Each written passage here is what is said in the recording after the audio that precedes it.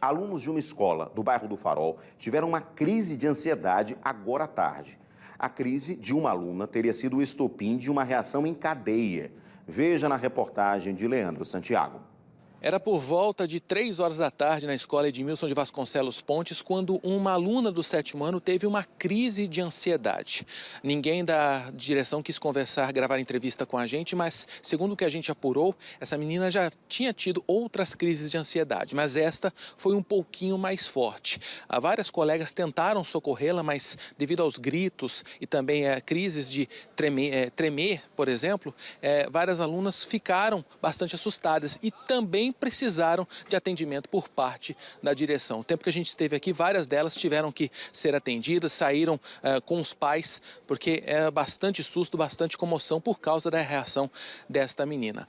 A direção da escola disse para nós que a menina que teve a primeira crise de ansiedade foi levada para a UPA do Trapiche. Por causa desse incidente, as aulas aqui no colégio, na escola, acabaram sendo suspensas um pouco mais cedo.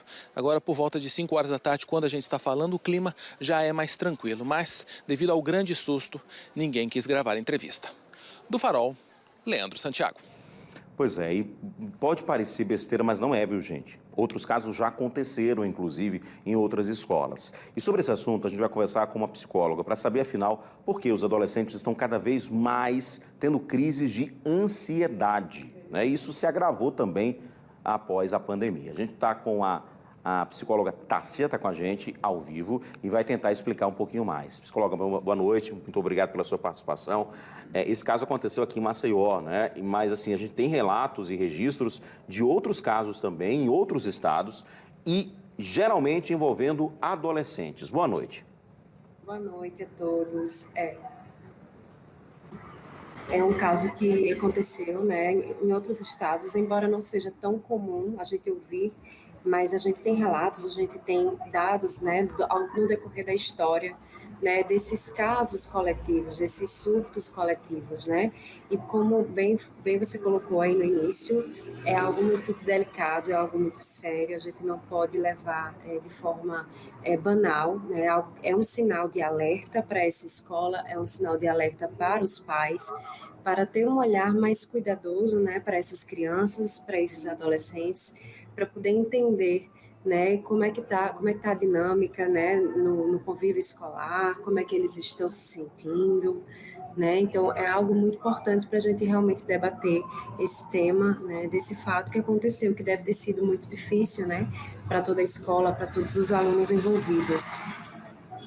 A gente geralmente relata isso e antigamente dizia, mas é histeria, não é? Não se usa mais, inclusive, esse termo, né? Não se deve classificar assim, porque isso era uma forma até de dizer, é besteira, é alguém que não tem, né, tá com algum tipo de problema e não é nada. E não é isso, né? A gente viu, inclusive, uma pandemia que afetou muito esses jovens que ficaram em casa, ficaram sem acesso à escola.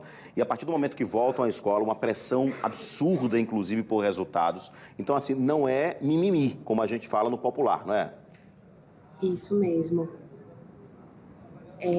Os jovens, eles realmente estão demandando bastante, né? Depois da pandemia, isso se explica porque eles ficaram muito tempo isolados, né? Os jovens, nós, seres humanos, precisamos de convívio em sociedade, precisamos desse contato. E esses jovens que passaram quase 2 anos aí, privados desse contato social, além da questão da escola, da parte cognitiva, né, que eles tiveram realmente um prejuízo, né, por conta da aula que ficou online, né, muitos jovens não tiveram acesso à internet, à aula. Então, assim, nós estamos saindo da pandemia com muitas sequelas e muitos prejuízos cognitivos. Então, é natural que esses jovens hoje, eles estão sofrendo muito mais uma pressão, né, no sentido, muitas vezes, do desempenho acadêmico, né, eles precisam recuperar esse tempo perdido, porque ficou uma lacuna aí, de cerca de 2 anos, né, de um aprendizado que não foi proporcionado da maneira adequada como eles precisam. Então, é natural a gente ver hoje os jovens muito mais ansiosos, muito mais preocupados, afinal, eles têm uma pressão, né, por parte da sociedade, por parte da escola, por parte dos pais, né, de atingir ali uma média, de atingir uma nota. Então, é natural, a gente está vendo muito, muito crescente no consultório E, né, nas conversas mesmo, as pessoas estão cada vez mais relatando crises de ansiedade, sintomas depressivos, né, nas crianças, nos jovens. Então, a gente realmente está sofrendo as consequências da pandemia e é natural que isso tudo venha acontecendo. Perfeito. E é importante pedir ajuda, né? Seja na escola, seja em casa, seja também com acompanhamento psicológico também, né? Sempre pedir ajuda. Muito obrigado, viu? Isso mesmo. Importante que a escola também tenha esse espaço acolhedor, né, para esses jovens, para escutar, para orientar, e tenha realmente um apoio psicológico e, se for necessário, também um apoio médico psiquiátrico. Muito obrigado. Tássia Leão, psicóloga, ajudando a gente a entender essa situação. Importante, você em casa, mãe, pai, avó, né, você na escola, professor, presta muita atenção aos sinais, porque muitos alunos, muitos adolescentes estão precisando de ajuda e precisam ser ajudados, para não ter uma crise de ansiedade ou algo até mesmo pior, que infelizmente também acontece. Muito obrigado, uma boa noite para a senhora. Eu também.